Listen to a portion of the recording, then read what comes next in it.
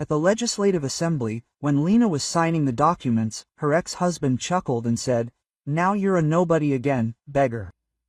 But what she pulled out of her bag stunned even the Legislative Assembly employee. And before we continue, please write what country you're from and how old you are. Enjoy listening. Lena and Igor silently entered the Legislative Assembly building. The cold, official light reflected off the glossy floor, emphasizing the tension in the air. Igor, as always, walked ahead, as if he were leading Lena to execution. She, trying to keep up, felt how everything inside her was shrinking from fear and humiliation. The divorce was inevitable, but the upcoming procedure seemed to her like the last step into the abyss. In the waiting room, Svetlana Petrovna, Igor's mother, was already sitting like a queen on the throne. Her gaze, sharp and piercing, immediately found Lena. There was contempt and malice in that look. Svetlana Petrovna never hid her dislike for her daughter-in-law, considering her unworthy of her brilliant son. "Well, little birds, have they arrived?" Svetlana Petrovna said in an unctuous voice, but her tone was laced with venomous mockery. They had waited for their moment. Igor only smirked in response, not even bothering to look at Lena. He was confident in his victory. He controlled every aspect of their life together, and divorce was not going to be an exception. Lena, in his opinion, was weak and helpless, incapable of taking care of herself. The ЗАГС employee invited them into the office. The procedure began formally and dryly. Lena answered the questions quietly and hesitantly, trying not to look Igor and Svetlana Petrovna in the eyes. She felt small and insignificant under their piercing gazes. When it was Igor's turn, he straightened his shoulders and looked at Lena defiantly. There was triumph in his eyes. "Well, Lenachka?" he said loudly enough for everyone to hear. "So your fairy tale is over. You're going back to where you came from. No place to live, quote." Lena lowered her eyes, trying to hold back her tears. She knew that Igor was deliberately humiliating her now, but she couldn't do anything about it. She had gotten used to his insults. They had become a part of her life. "Don't worry, Mom," Igor said to Svetlana Petrovna. "We helped her while she lived with us. Now let her struggle on her own." Quote. Svetlana Petrovna nodded, looking approvingly at her son. "That's right, Igor," she agreed. She had no reason to hope for anything here. A hanger-on. Igor turned to Lena, and his voice sounded openly mocking. "Do you even understand what awaits you?" he asked. "You're a nobody again, beggar. Without me, you'll be lost." Quote. "Who are you without me?" Lena was silent, clenching her fists under the table. She was hurt and offended, but she tried to control herself. She knew that now was not the time for emotions. Now she needed to wait for her turn. Igor continued his monologue, enjoying her helplessness. "Did you think you'd get something after the divorce?" He chuckled. "It doesn't hurt to dream. The house has long been registered in your mother's name, the car in your sister's name, the business too. You have nothing." Quote. He listed all their property, emphasizing that Lena had nothing to do with him. He wanted her to feel absolutely helpless and dependent. And it seemed that he succeeded. Lena felt crushed, destroyed. Svetlana Petrovna added her 2 cents. "But we warned you," she said, "that you were not our equal. Did you think you could hold on to Igor? You were wrong." Quote. Lena did not answer. She stared at one point on the table, trying not to break down. It seemed to her that a little more and she would burst into tears right here, in this hateful office. Igor, seeing her silence, got even more furious. "You can't even imagine how tired I am of supporting you," he said. "You don't know how to do anything except sit at home and spend my money." It was a lie. Lena always tried to help Igor, took care of the house, cooked, created coziness, but he never appreciated her efforts, considering them something self-evident. "Now you can go wherever you want," Igor finished. "And don't think that I will help you in any way." Lena looked up at him. There were no tears in her eyes, only cold determination. She was no longer afraid of him. She knew that her time would come. She remembered her friend's words. Don't show them your cards, Lena. Let them think that you are weak and helpless. It is their mistake. And Lena followed her advice. She remained silent, maintaining an outward calm. Inside, a storm was raging. She felt anger, resentment, a desire for revenge. But she knew that revenge must be cold and calculating. Lena took a deep breath, trying to calm the trembling in her hands. Outwardly, she seemed unperturbed, but inside, a hurricane of emotions raged. Years of humiliation, fear and suppression of will had left a deep mark. But today, here, within the walls of this hated ЗАГС, she was going to put an end to this nightmare. Igor watched her with a smug grin, confident in his victory. Svetlana Petrovna, like a bird of prey, kept her angry gaze on Lena. They were both sure that Lena would be left high and dry, poor and helpless. They could not even imagine what a surprise awaited them. Slowly but surely, Lena reached for her bag, which stood at her feet.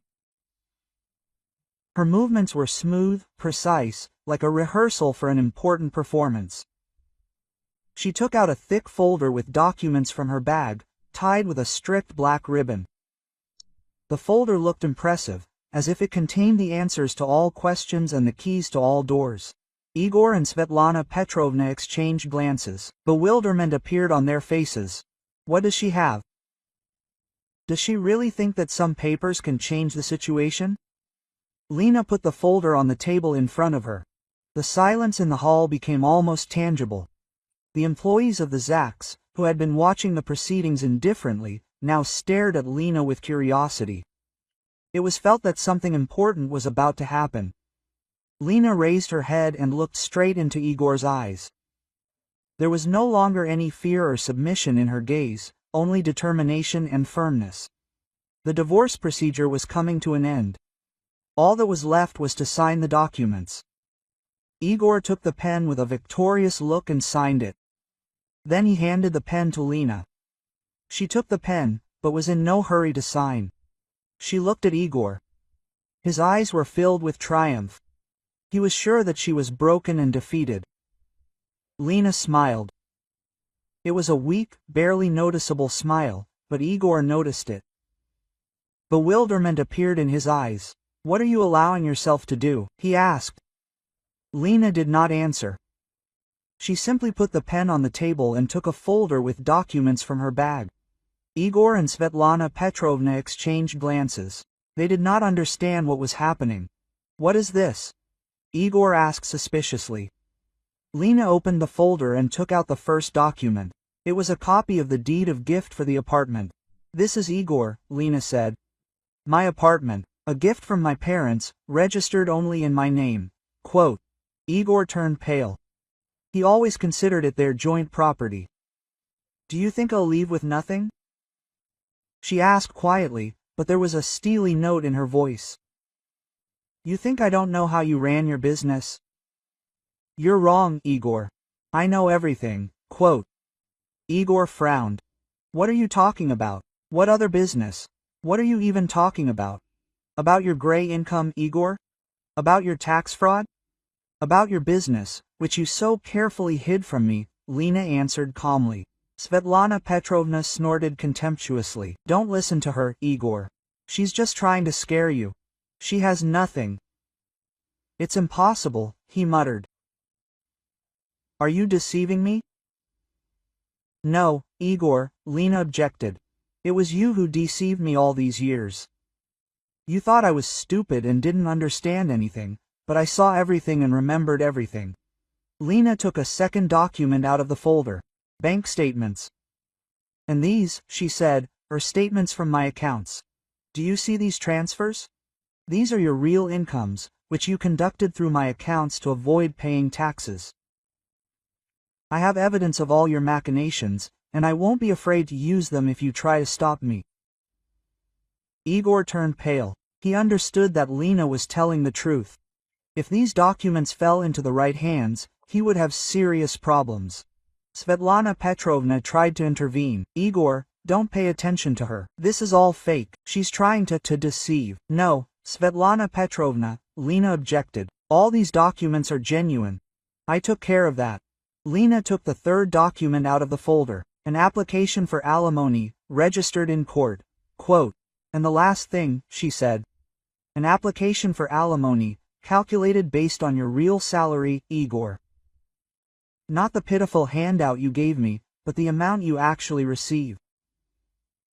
I think you'll have a hard time when the court starts looking into your income. A dead silence reigned in the hall. The Legislative Assembly employees, forgetting about their duties, watched the proceedings with bated breath. Svetlana Petrovna was speechless. Her face was distorted with anger and helplessness. Igor stood as if struck by lightning, unable to utter a word. Lena looked at him with a feeling of satisfaction. She was finally able to fight back against the man who had humiliated and suppressed her for so many years. She showed him that she was not as weak and helpless as he thought. She proved that she had the strength and resources to protect herself and start a new life. Igor's icy self-confidence melted away like smoke. He realized that his plan had failed. He was no longer in control of the situation. Lena had outplayed him. Lena put the documents aside and looked at the ZAC employees. Quote, I am ready to sign the divorce papers, she said. The ZAC employee, coming to her senses, nodded and handed Lena the papers. Lena took the pen and, without flinching, signed her name. At that moment, she felt free. Free from Igor, from his mother, from their power and control. She was ready to start a new life. Igor turned pale. The blood drained from his face, leaving only an ashen hue. He looked at Lena as if he was seeing her for the first time. Something between horror and incomprehension splashed in his eyes. Just a second ago, he was sure of his power, of the absolute steadfastness of his position. He was sure that Lena was just a shadow, an appendage to him, incapable of independent action. And now this shadow had risen, turning into a blinding light that threatened to scorch him. His complacent plan, carefully built over the years, was collapsing before his eyes, crumbling to dust like a house of cards, swept away by a gust of wind. He could no longer control Lena. She slipped from his hands like water through his fingers, leaving only a feeling of emptiness and impending catastrophe. Lena, on the contrary, felt incredible relief. The tension that had fettered her for many years began to let go. She saw fear in Igor's eyes, confusion in Svetlana Petrovna's face, and this gave her strength. She felt a new Lena being born inside her, strong, self-confident, able to stand up for herself and her life. Calmly, with a slight smile on her lips, she signed the divorce papers. Each letter in her signature was like a seal, putting an end to her past life, full of humiliation and fear. She felt how with each movement of the pen she was freed from the burden that she had been carrying for so many years. Svetlana Petrovna, like a bitten snake, hissed something unintelligible, trying to break the silence that reigned in the hall. Her gaze was aimed at Lena, like a poisoned arrow. She understood that the situation had gotten out of control, and now not only Igor's plans were at risk, but her own as well. After all, the house, so carefully registered in her name, could now become the subject of legal proceedings. Fear and anger overwhelmed her, making her tremble with impotent rage. The ЗАГСЕ employees, stunned by the unfolding drama, could not hide their amazement. They looked at each other, trying to understand what had happened. Just a few minutes ago they had seen a pathetic, frightened woman in front of them, and now they saw a confident, strong person who was capable of turning the situation upside down. Lena raised her head. Her eyes met Igor's. There was no malice or hatred in them, only calm indifference. She had nothing more to say to him. Everything had been said by the documents, her actions, her new life. Lena rose from her chair, took her bag and folder with documents and headed for the exit. She walked with a confident gait, holding her head high. For the first time in many years, she felt strong and independent. She stopped at the door and turned to Igor and Svetlana Petrovna. Quote, "Goodbye," she said with a slight smile, "and don't try to stop me. You will regret this." And with these words, Lena walked out of the ЗАГС, leaving Igor and Svetlana Petrovna in complete confusion and despair. She walked out into a new world, where freedom and independence awaited her. A world in which she could be herself. Leaving the ЗАГС building, Lena took a deep breath of fresh air. It seemed especially clean and intoxicating to her. She felt as if she had thrown off a huge stone that had been weighing on her for many years. She smiled. It was a sincere, happy smile, coming from the very depths of her soul. Life was just beginning. Several months passed. Lena lived in her cozy, bright apartment. She furnished it to her taste, filling it with warmth and comfort. Everything in this apartment was a symbol of her freedom and independence. She worked, did what she loved, and received alimony from Igor. The amount of alimony was quite sufficient to provide her and her child with a decent life. She no longer depended on anyone, and this gave her an incredible feeling of freedom. She often met with Olga, her faithful friend and lawyer. They went to the cinema, the theater, and a cafe together. Olga always supported Lena, helped her with advice and was simply there in difficult times.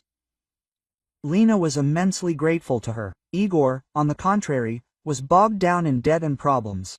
His illegal business began to collapse like a house of cards. Tax audits, lawsuits, loss of reputation.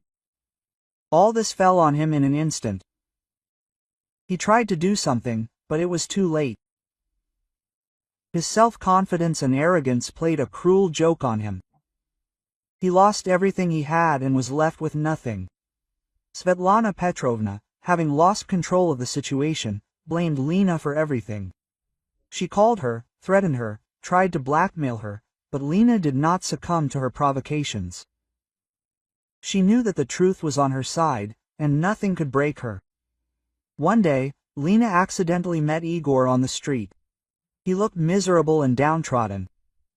His eyes were full of despair and hopelessness. He tried to say something to Lena, but she simply walked past, not paying attention to him. At that moment, Lena felt not gloating, but rather pity. She understood that Igor himself was to blame for his troubles. He himself had ruined his life with his actions and his attitude towards her. Lena walked down the street, enjoying the warm spring sun. She felt happy and free. She knew that a new life full of opportunities and prospects awaited her.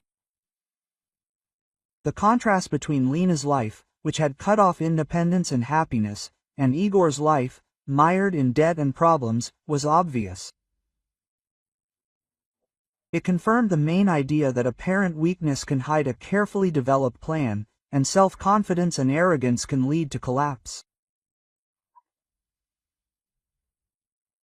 Lena knew that her path to freedom was long and difficult, but she was able to overcome all obstacles and find what she dreamed of: independence, happiness, and self-love. And that was the most important thing.